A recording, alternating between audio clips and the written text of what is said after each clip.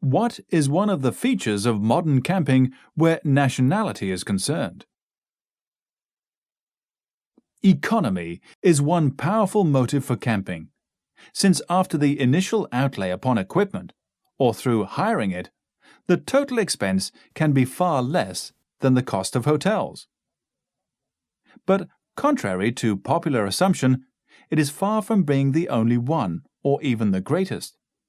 The man who maneuvers carelessly into his £20 worth of space at one of Europe's myriad permanent sites may find himself bumping a Bentley. More likely, Ford Escort will be hub to hub, with Renault or Mercedes, but rarely with bicycles made for two.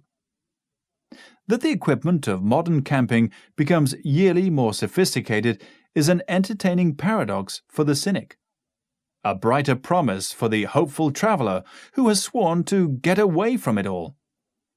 It also provides, and some student sociologists might care to base his thesis upon their phenomenon, an escape of another kind. The modern traveler is often a man who dislikes the splendide and the bella vista, not because he cannot afford or shuns their material comforts, but because he is afraid of them. Affluent he may be, but he is by no means sure what to tip the doorman or the chambermaid. Master in his own house, he has little idea of when to say boo to a maitre d'hotel. From all such fears, camping releases him. Granted, a snobbery of camping itself, based upon equipment and techniques, already exists, but it is of a kind that, if he meets it, he can readily understand and deal with. There is no superior they in the shape of managements and hotel hierarchies to darken his holiday days. To such motives, yet another must be added. The contemporary phenomenon of car worship is to be explained not least by the sense of independence and freedom that ownership entails. To this pleasure, camping gives an exquisite refinement. From one's own front door to home or foreign hills or sands and back again, everything is to hand. Not only are the means of arriving at the holiday paradise entirely within one's own command and keeping, but the means of escape from holiday hell, if the beach proves too crowded, the local weather too inclement, are there outside or, as likely, part of the tent. Idealists have objected to the practice of camping as to the package tour that the traveler abroad thereby denies himself the opportunity of getting to know the people of the country visited. Insularity and self-containment, it is argued, go hand in hand. The opinion does not survive experience of a popular continental camping place. Holiday hotels tend to cater for one nationality of visitors especially, sometimes exclusively.